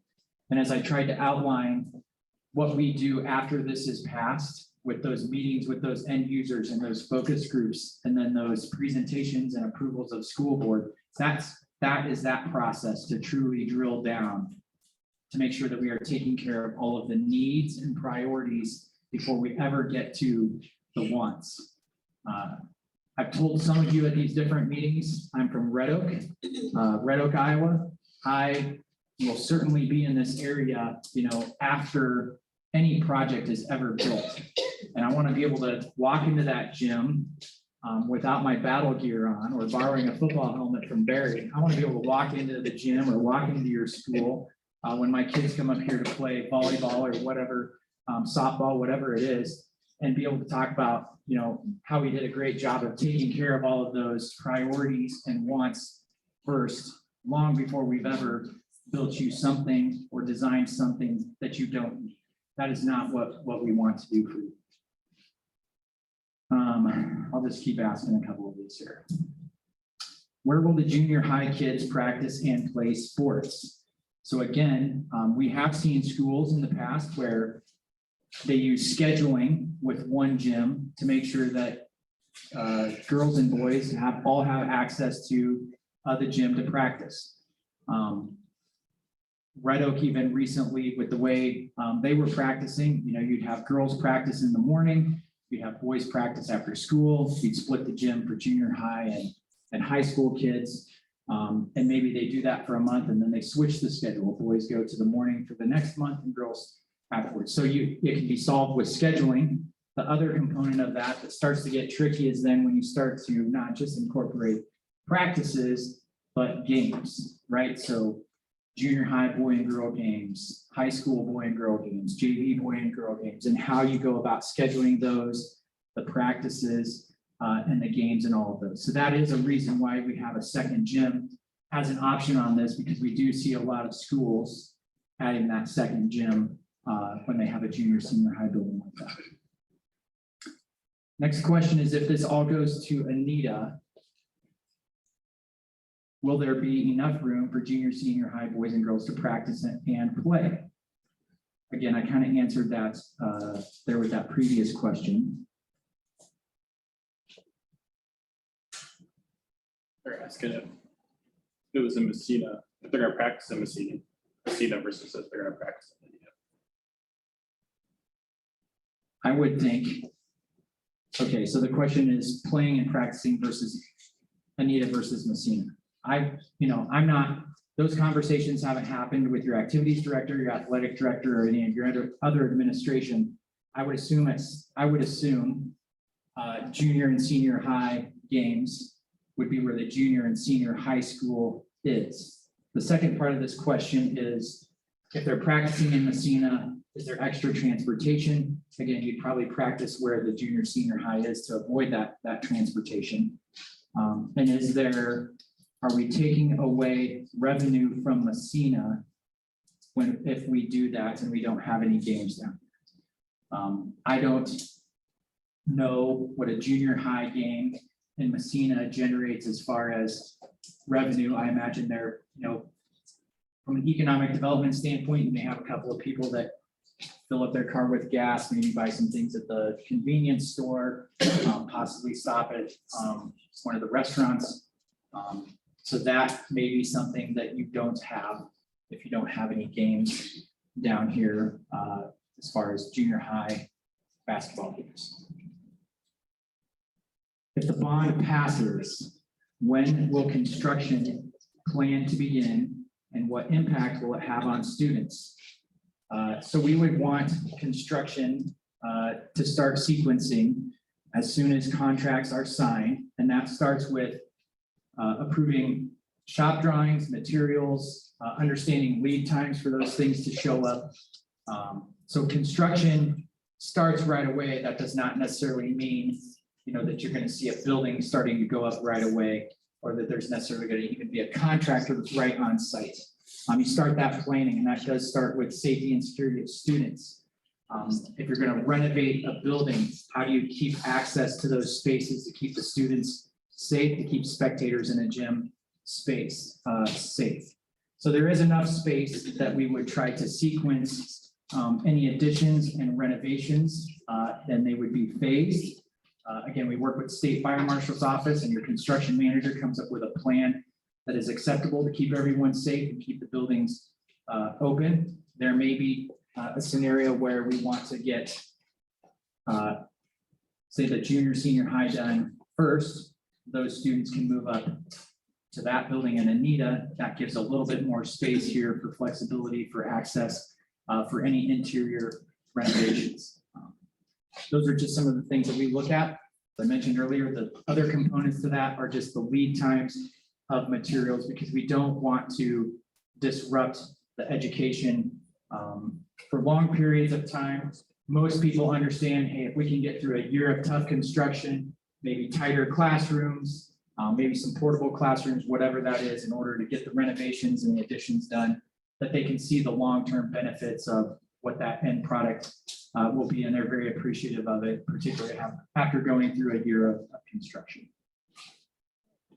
Yeah, Emily. That a little bit. I just wanted to address that a little bit. As the construction manager, we've worked with over 30 school districts over the last 5 years, and the majority of them have been occupied with students, teachers, faculty, staff, visitors during that construction process.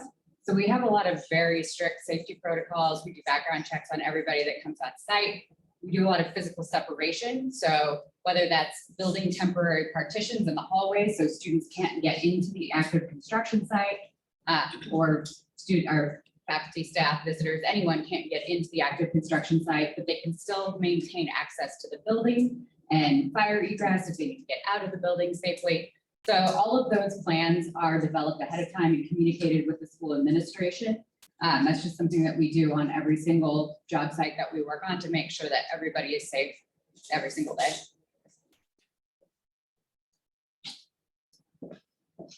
That's it for our questions on Zoom. What other questions do you guys have? Oh, there's one in the back.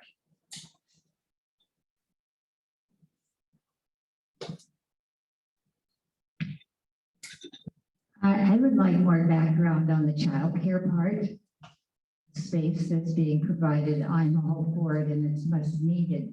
But what inspired that? I mean, it's really not a property owner's thing, to provide child care space, and I'm only talking about the space. But can you give us some background on how this came about to be part of it? It really is a needed part. So the most school districts of your size that we work with recognize that keeping the kiddos in your town or in your school system early helps ensure that they're actually going to get enrolled into school here. We've worked with other districts, for example, where they didn't have a strong daycare system. And so those kiddos went to a neighboring community, either where the parent worked or where it was a much better daycare or childcare facility. And those little kids, from the time they're infants through ready to enroll in school, they've made friends. The parents have become friends with the other kids in that. And it's just very easy to continue your kid going into that school system as opposed to the one here where they may live. And so that some of those comments came from those community surveys, those 5 community meetings that we did, comments on, can we incorporate childcare into this overall plan? So as I mentioned earlier, we would, throughout this process, do what we can to ensure that we have a childcare space, but the school doesn't run the childcare center. That would have to be run by a separate entity, and they would have to come in and kind of tell us a little bit if they're looking at, say, infants 6 weeks old on up, or if we're looking at before and after school care, if we're looking at just a daycare for once the kids have hit 12 months, 18 months of age. So those sorts of pieces all, it's similar to prioritizing those wants and needs than what we need to do for that childcare component, because there is a lot that goes into them.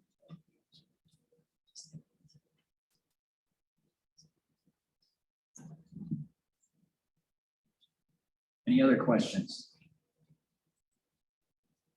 Okay, we can take a 5-minute break and come back for the next hour of the presentation if you're all okay.